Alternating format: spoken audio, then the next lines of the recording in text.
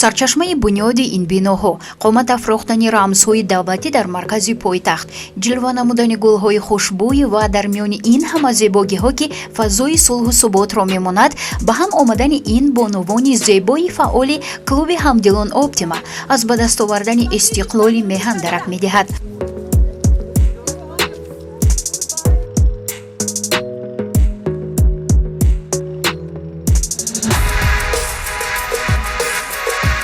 субҳи барвақт гурӯҳе аз фаъолони клуби ҳамдилон оптима бо истифода аз чӯбҳои скандинавӣ дар саҳни боғи маҷмӯаи меъмории истиқлол ва озодӣ ҷамъ омада варзиши пиёдагардиро ихтиёр намуданд. вақташ мебиёд ки вақт нест, имкон нест, хоҳиш нест, лекин ба синни соли мо расидтон агар ҳамин машқи барвақттар кунитон, манам мо барин бақувват, саломат, хушфеъл, хушвақт мешаведтон. фонди хайриявии музаффар дар навбати хеш дастгиру кӯмакрасони чунин иқдомҳост. фонди хайриявии мо солҳои тӯлонӣ шарики доимии ҳамдилон оптима гурӯҳе ки калонсолонро муттаҳид мекунад ва имрӯз яке аз маъракаҳои доимии ин гурӯҳ аст ки мардумро, тамоми мардумро новобаста аз синну сол ба тарзи ҳаёти солим даъват мекунад. мо имрӯз иштирокчии он ҳастем. ман бениҳоят хурсанд ҳастам ки дастгирии ин гуна иқдомҳои хеле хуб ба мо муяссар мегардад. маркази минтақавии иҷтимоии дастгирии калонсолон ва маъюбон низ ба ин иқдомҳо ҳамеша ҳамроҳанд ва мо низ то қадри имкон онҳоро дастгирӣ мекунем. як акси хотиравӣ дар зери пояи маҷмӯаи истиқлол ва саёҳати дӯстдорони тарзи ҳаёти солим ба дигар мавзеъҳои шаҳри душанбе боз идома гирифт.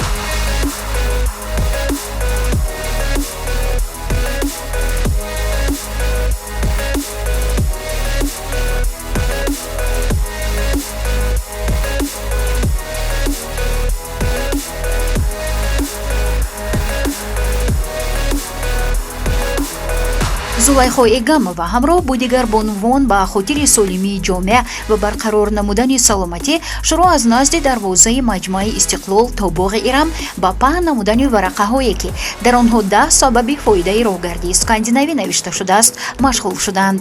чунин варақаҳо ҳамчунин ба дасти бархе аз донишҷӯёни донишгоҳи тиббии тоҷикистон низ расид ки худ аввалин дараҷа ба табобати сокинон машғул хоҳанд шуд. ҳамин тариқ мо низ ҳамроҳ бо иштирокчиёни ин чорабинӣ вориди боғи ирам шудем. бо ворид гардидан ба ин боғи зебо рӯбарӯямон акси пешвои миллат намудор шуд. инҷо низ акси хотиравӣ гирифта шуд. ҳамеша саломату бақувват бошед.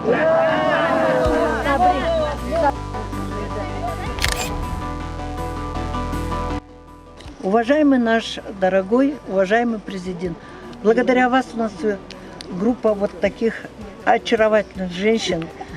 Смотрите, какие спортивные, какая красота в ботсаде. Все это благодаря вам. Будьте здоровы и счастливы.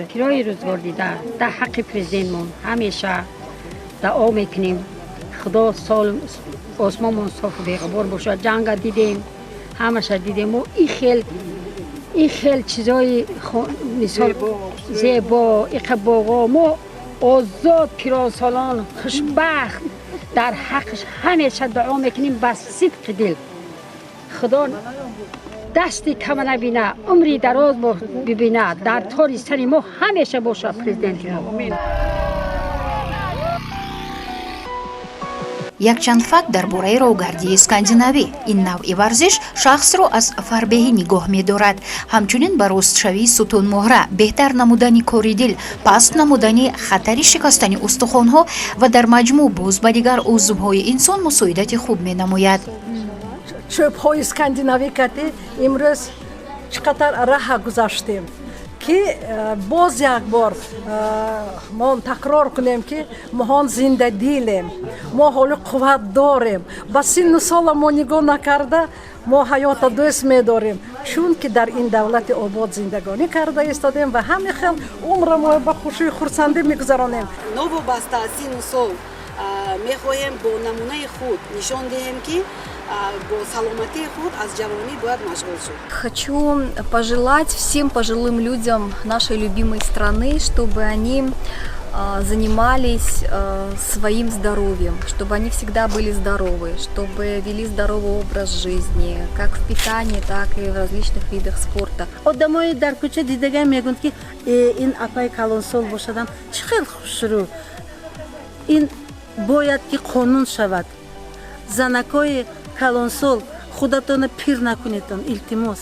Дилатон зиндадил шавад, дилатон ҷавон монад. Саломат бошедтон ва ҳамеша зиндадил бошедтон. дар ҳалқаи чунин модарони самимиву покдил ҳузур доштан як давлат аст. Чунин иқдом низ аз ҷониби клуби ҳамдилон оптима ва дастгирии фонди хайриявии музаффар як кори хайру савоб аст. Аз хандаи модарон дида ягон кори дигар магар волотар буда метавонад. ҳақиқатан да баъд аз амин ҷанги бародаркушӣ ниҳоят зиқ шуда гирдем. камтарак азобам кашидем, лекин раҳмат ба раиси ҷумҳур ҳамаи моро аз амин буҳрон бароварда тонист. ҳатто вай рӯзҳоя ба хотир ҳам овардан намехоҳам ки чун беҳад вазбин буд. ман масалан маҷбур будам ки аз байни гирди ҳамоӣ гузараму рафта духтарчима биёрам. Духтарчим мактабхон буд, мактаби як ба мехоҳам. мо ина ҳозир озодона кӯчаода мегардем, сайру гашт мекунем, шаҳрамон обод шудагӣ. ҳамаи шаҳр ба гап нест. куҷое ки нарафтам, ҳамин душанбе бар ин шаҳри зеборо надидам. раҳмат ба раиси ҷумҳур, раҳмат ба мири шаҳр. барое ки президенти мо озодӣ овардагӣ, президенти мо хушбахтӣ овардагӣ ва ҳамин хел шишта, ҳамин хел дар боғи ботаникии Ирам, ин боғ ба мақомоти президент дахл дорад. ҳаминҷа моя дастгирӣ мекунанд, ҳаминҷа мо бисёр чорабинӣ мегузаронем. раҳмат ба давлата мо ва роҳбари давлата мо. раҳмат имомалӣ раҳмон ба ки мо ба ҳамин қадар озодӣ доданд, ҳамин қадар давлата моё обод карданд.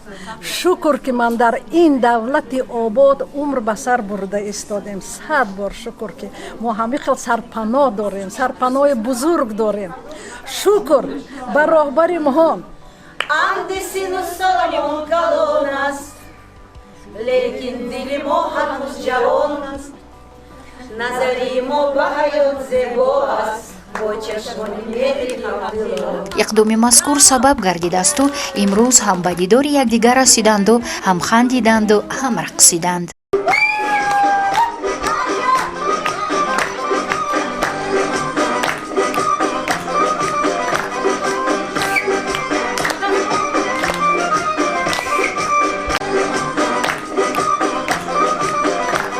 Фонд «Музаффар», который поддерживает очень много благотворительных проектов.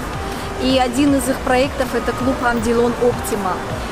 Они их поддерживают уже в течение многих лет и различные мероприятия для них организовывают. агар дар баробари фонди хайриявии музаффар дигар хайрхоҳон низ аз худ дарак медоданд, сафи модарони рӯзгордида дар чунин гурӯҳҳо зиёд мешуд. маҳз ҳамин нафарони рӯзгордида ки аз дирӯзу имрӯзи тоҷикистон бархурдоранд, ба қадри ин неъмати бебаҳо истиқлоли меҳан расиданд. боз 100 солҳо хизмат кунанд барои мо. раҳмат барои хизматашон. илон бедарду беғам шавад, он қасам худо.